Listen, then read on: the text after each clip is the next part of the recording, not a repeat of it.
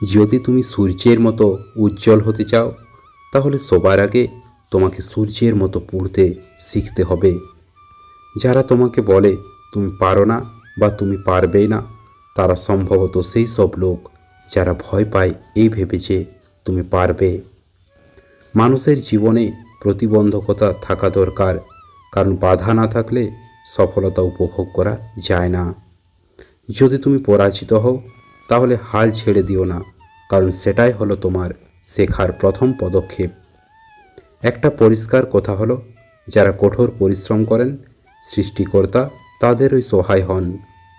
আমাদের সবার দক্ষতা সমান নয় ঠিকই, তবে আমাদের সবার কাছেই সেই দক্ষতাকে আরও বাড়ানোর সমান সুযোগ অবশ্যই রয়েছে। যখন বৃষ্টি শুরু হয়, তখন সব পাখিরা কোথাও না কোথাও আশ্রয় খোঁজে, কিন্তু ঈগল বৃষ্টিকে এড়িয়ে যায় মেঘের উপর উড়ে গিয়ে। উপরে উঠতে গেলে অনেক শক্তি দরকার, সেটা মাউন্ট এভারেস্টে হোক বা আপনার পেশায় হোক। যদি কোনো প্রশ্নের উত্তর খুঁজে পাচ্ছ না, তাহলে চিন্তিত হও না। নো শব্দের মানে হচ্ছে নেক্সট অপরচুনিটি, অর্থাৎ পরবর্তী সুযোগ। শ্রেষ্ঠত্ব হলো একটি চলমান প্রক্রিয়া, কোনো দুর্ঘটনা নয়। আকাশের দিকে তাকিয়ে দেখো, আমরা কিন্তু একা নই। সমগ্র ব্রহ্মাণ্ড আমাদের প্রতি বন্ধুসুলভ। আর যারা স্বপ্ন দেখে এবং যারা পরিশ্রম করে, তাদেরকে প্রতিদান দেওয়ার জন্য এই বিশ্ব ষড়যন্ত্র করে চলে।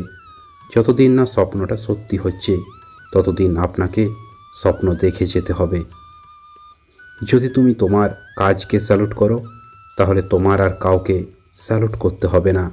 কিন্তু যদি তুমি তোমার কাজকে অসম্মান করো, ফাঁকি দাও কিংবা অমর্যাদা করো, তাহলে কিন্তু তোমারই সবাইকে স্যালুট করে যেতে হবে। তরুণ প্রজন্মের কাছে আমার বার্তা হলো, তাদের ভিন্নভাবে চিন্তা করার সাহস রাখতে হবে। তাদের মনের মধ্যে আবিষ্কারের তাড়না রাখতে হবে। নিজের সমস্যাকে নিজেই মেটাবার মানসিকতা রাখতে হবে। প্রকৃত শিক্ষা একজন মানুষের গৌরব বৃদ্ধি করে এবং আত্মসম্মান বাড়ায়। যদি প্রত্যেকটি মানুষ শিক্ষার বাস্তব অর্থ বুঝে নেয় এবং সেটা মানব উন্নয়নের প্রতিটি ক্ষেত্রে ব্যবহার করে, তবে এই দুনিয়াটা বসবাসের জন্য আরও ভালো স্থানে পরিণত হবে। জীবন ও সময় হলো পৃথিবীর শ্রেষ্ঠ শিক্ষক। জীবন শেখায় সময়কে ভালোভাবে ব্যবহার করতে, আর সময় শেখায় জীবনের মূল্য দিতে। একজন আদর্শ ও মহান শিক্ষকের মধ্যে কয়েকটি বিশেষ গুণ অবশ্যই থাকতে হবে। সেগুলি হলো করুণা, জ্ঞান এবং অদম্য ইচ্ছাশক্তি। একটি দেশকে দুর্নীতিমুক্ত এবং সুন্দর মনের মানুষের জাতিতে রূপান্তরিত করতে হলে আমি বিশ্বাস করি তিনজন মানুষের ভূমিকা সবচেয়ে বেশি থাকে। ওই তিনজন মানুষ হলেন মা, বাবা আর শিক্ষক। একজন দক্ষ শিক্ষকের কাছ থেকে একজন খারাপ ছাত্র যা শিখতে পারে, তার চেয়ে একজন খারাপ শিক্ষকের কাছ থেকে একজন ভালো ছাত্র অনেক বেশি কিছু শিখতে পারে। যুব সমাজকে চাকরি প্রার্থী হওয়ার বদলে চাকরি দাতা হওয়া প্রয়োজন। যে অন্যদের জানে সে শিক্ষিত, কিন্তু জ্ঞানী তো হলো সেই ব্যক্তি যে নিজেকে জানে, কারণ জ্ঞান ছাড়া শিক্ষা কোনো কাজে আসে না। শিক্ষণ হলো একটি মহান পেশা, যা কোনো ব্যক্তির চরিত্র, ক্ষমতা এবং ভবিষ্যৎকে আকার দেয়। যদি মানুষ আমাকে একজন ভালো শিক্ষক রূপে মনে রাখে, তবে সেটা আমার জন্য সব থেকে বেশি সম্মানজনক হবে।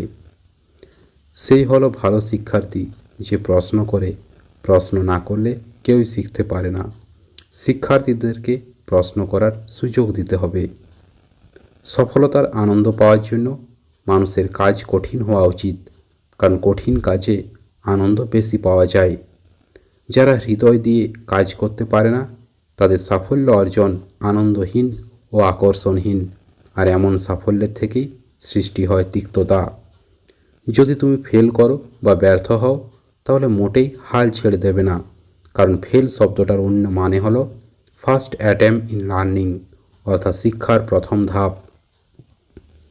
আমাদের কখনোই হাল ছেড়ে যাওয়া উচিত নয়, বরং সর্বদা কোনো বাধা যাতে আমাদের পরাজিত করতে না পারে তার জন্য প্রস্তুত থাকা উচিত।